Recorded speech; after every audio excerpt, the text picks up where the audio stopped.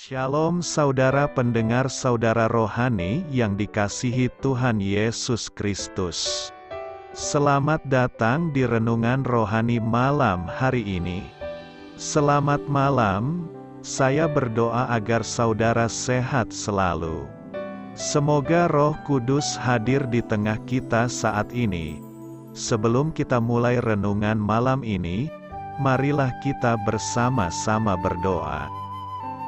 Bapa kami yang di surga, Bapa di dalam nama Tuhan Yesus Kristus, kami sungguh mengucap syukur, ya Tuhan, oleh karena Engkau sangat baik buat kami.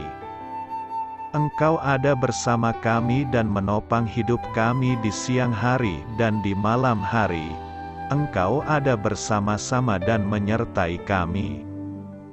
Tuhan, kami memuji dan bersyukur kepadamu pada malam hari ini, kami masih bisa berkumpul di rumah kami yang kecil ini. Tuhan, saat ini kami hendak mendengarkan firman-Mu. Berilah pengetahuan dan bimbinglah hamba-Mu ini agar apa yang Engkau firmankan dapat bekerja sesuai kehendak-Mu. Buat kami jemaat-Mu, bukalah hati dan pikiran kami untuk mendengar dan menerima firman-Mu. Kiranya firman-Mu ini dapat menjadi berkat bagi kami. Berbicaralah Tuhan, kami sudah siap menerima firman-Mu. Di dalam nama Tuhan Yesus Kristus kami berdoa dan mengucap syukur. Amin. Sahabat saudara rohani, pembacaan ayat emas Alkitab renungan kita malam hari ini. Nats pilihan kita adalah, kita semua mencerminkan kemuliaan Tuhan, kita diubah menjadi serupa dengan gambar-Nya. Tertulis dalam kitab 2 Korintus 3 ayat 18, bacaan kita pada malam ini terambil dari kitab 2 Korintus 3 ayat 7 sampai dengan ayat 18. Pelayanan yang memimpin kepada kematian terukir dengan huruf pada loh-loh batu. Namun demikian kemuliaan Allah menyertainya waktu ia diberikan. Sebab sekalipun pudar juga, cahaya muka Musa begitu cemerlang, sehingga mata orang-orang Israel tidak tahan menatapnya. Jika pelayanan itu datang dengan kemuliaan yang demikian, betapa lebih besarnya lagi kemuliaan yang menyertai pelayanan roh. Sebab, jika pelayanan yang memimpin kepada penghukuman itu mulia, betapa lebih mulianya lagi pelayanan yang memimpin kepada pembenaran. Sebenarnya apa yang dahulu dianggap mulia, jika dibandingkan dengan kemuliaan yang mengatasi segala sesuatu ini, sama sekali tidak mempunyai arti. Sebab, jika yang pudar itu disertai dengan kemuliaan, betapa lebihnya lagi yang tidak pudar itu disertai kemuliaan. Karena kami mempunyai pengharapan yang demikian, maka kami bertindak dengan penuh keberanian, tidak seperti Musa, yang menyelubungi mukanya, supaya mata orang-orang Israel jangan melihat hilangnya cahaya yang sementara itu. Tetapi pikiran mereka telah menjadi tumpul, sebab sampai pada hari ini selubung itu masih tetap menyelubungi mereka, jika mereka membaca perjanjian lama itu tanpa disingkapkan, karena hanya Kristus saja yang dapat menyingkapkannya. Bahkan sampai pada hari ini, setiap kali mereka membaca kitab Musa, ada selubung yang menutupi hati mereka. Tetapi apabila hati seorang berbalik kepada Tuhan, maka selubung itu diambil daripadanya. Sebab Tuhan adalah Roh, dan di mana ada Roh Allah, di situ ada kemerdekaan. Dan kita semua mencerminkan kemuliaan Tuhan dengan muka yang tidak berselubung. Dan karena kemuliaan itu datangnya dari Tuhan yang adalah Roh, maka kita diubah menjadi serupa dengan gambarnya, dalam kemuliaan yang semakin besar. 2 Korintus 3 ayat 7 sampai dengan ayat 18. Topik dari ayat emas renungan kita adalah: tujuan kesulitan hidup adalah membuat kita menjadi lebih baik, bukan menjadi pahit. Mari kita mulai renungan malam kita. Judul renungan kita hari ini adalah memperbaiki bentuk tubuh. Kisah inspiratif. Seorang wanita mengunjungi sebuah pusat diet untuk menurunkan berat badan. Sang pimpinan membawanya ke sebuah cermin setinggi badan. Di cermin itu ia menggambar sebuah bentuk badan dan berkata kepada wanita itu, "Saya ingin Anda terlihat seperti ini pada akhir program." Hari-hari dengan diet ketat dan olahraga pun diikuti. Dan setiap minggu wanita itu akan berdiri di depan cermin. Ia patah semangat karena bentuk tubuhnya tidak sesuai dengan standar sang pimpinan. Namun ia terus melakukannya. Dan akhirnya suatu hari tubuhnya menjadi seperti gambaran yang didambakannya.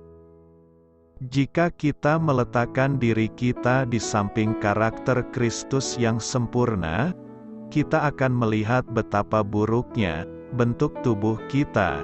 Diubah ke dalam gambarannya tidak berarti kita mencapai kesempurnaan tanpa dosa. Hal itu berarti kita menjadi lengkap dan dewasa. Allah kerap kali bekerja melalui penderitaan untuk merealisasikan hal ini. Yakobus 1 ayat 2-4. Kadangkala Dia menggunakan akibat yang menyakitkan dari dosa kita. Pada kesempatan lain, kesulitan-kesulitan kita mungkin tidak disebabkan oleh sesuatu dosa. Namun kita tetap menjalani proses yang menyakitkan untuk belajar menaati kehendak Bapa. Apakah Anda terluka? Mungkin saat ini sedang berlangsung sebuah proses pembentukan tubuh pada diri Anda. Yesus itu sempurna, namun Dia tetap harus belajar untuk taat melalui hal-hal yang dideritanya. Ibrani 5 ayat 8. Jika Anda terus mempercayai Yesus, Anda akan terus bertambah di dalam gambaran keindahannya. Amin.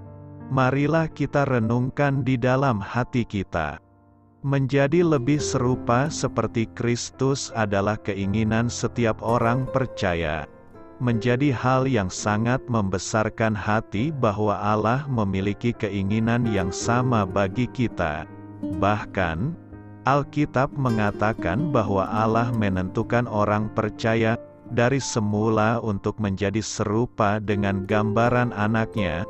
Roma 8 ayat 29, membuat kita menjadi serupa seperti Kristus adalah pekerjaan Allah. Dia akan meneruskannya sampai akhir. Filipi 1 ayat 6. Namun, fakta bahwa Allah akan mengubah kita menjadi serupa dengan Kristus bukan berarti kita bisa duduk manis dan menanti diangkat ke surga dengan begitu mudahnya. Prosesnya menuntut kesediaan kita untuk bekerja sama dengan Roh Kudus. Menjadi lebih serupa seperti Kristus membutuhkan kuasa ilahi dan tanggung jawab manusia sekaligus. Ada 3 hal yang berkontribusi agar kita bisa menjadi lebih seperti Kristus: berserah diri kepada Allah, merdeka dari dosa, dan pertumbuhan rohani kita. 1. Menjadi lebih serupa seperti Kristus merupakan hasil dari berserah diri kepada Allah. Roma 12 ayat 1-2 mengatakan bahwa ibadah melibatkan pengabdian diri yang sepenuhnya dan seutuhnya kepada Allah. Kita merelakan tubuh kita sebagai korban yang hidup.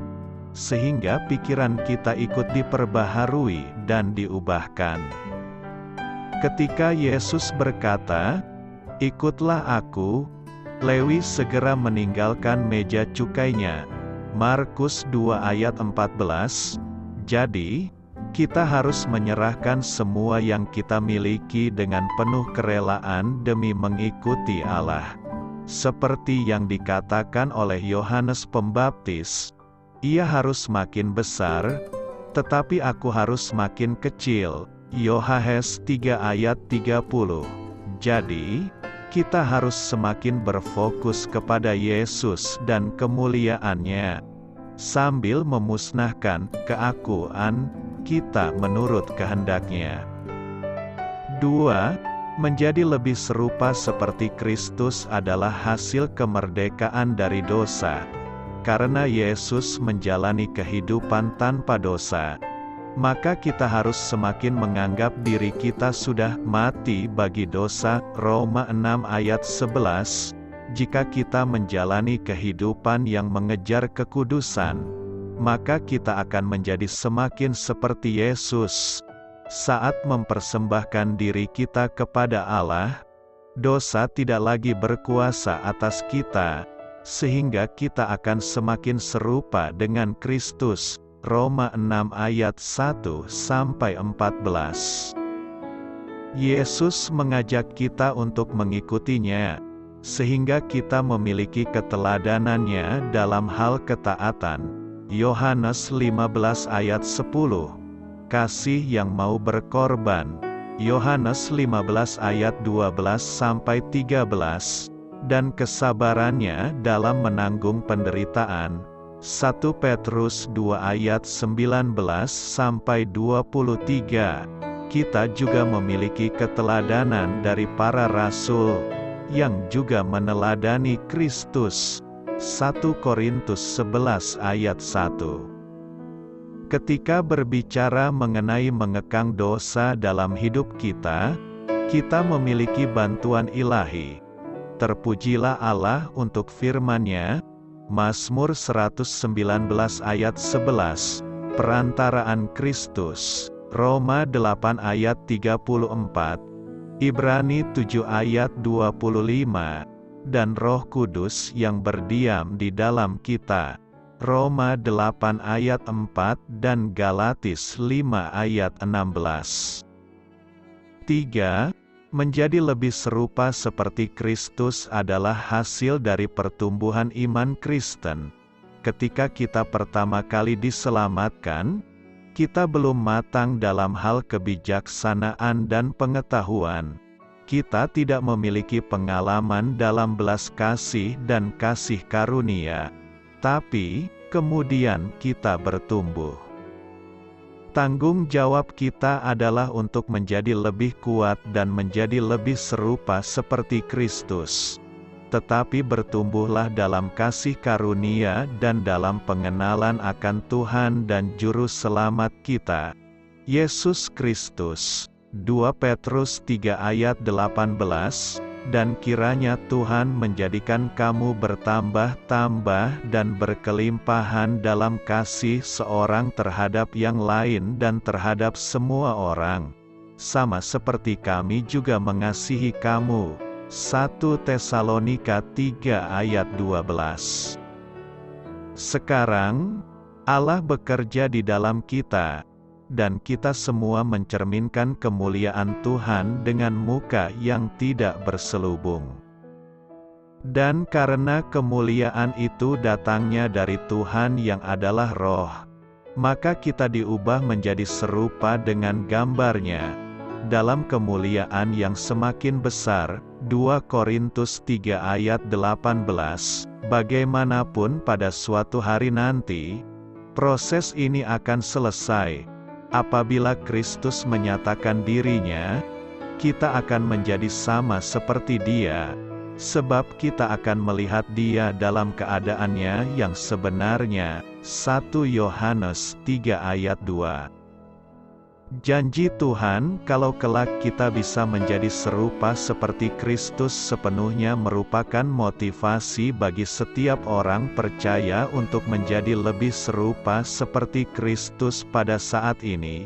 Setiap orang yang menaruh pengharapan itu kepadanya, menyucikan diri sama seperti Dia yang adalah suci. 1 Yohanes 3 ayat 3. Doa saya menyertai saudara sekalian. Saya memberkati Anda agar sewaktu Anda mencarinya dari Dia, Bapa Surgawi Anda akan memberikan bagi Anda roti harian Anda, dalam nama Yesus Kristus. Tuhan yang berkuasa atas alam semesta dan menuntun kita kepada iman yang menyelamatkan. Tuhan Yesus menyertai senantiasa.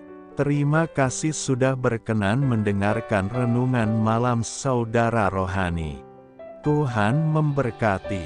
Amin.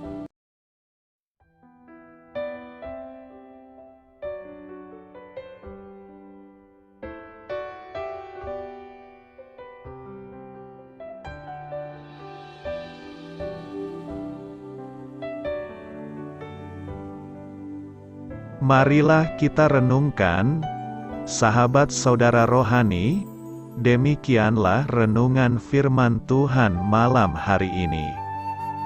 Semoga menjadi berkat di dalam hidup kita dan menjadikan kita pribadi yang lebih baik.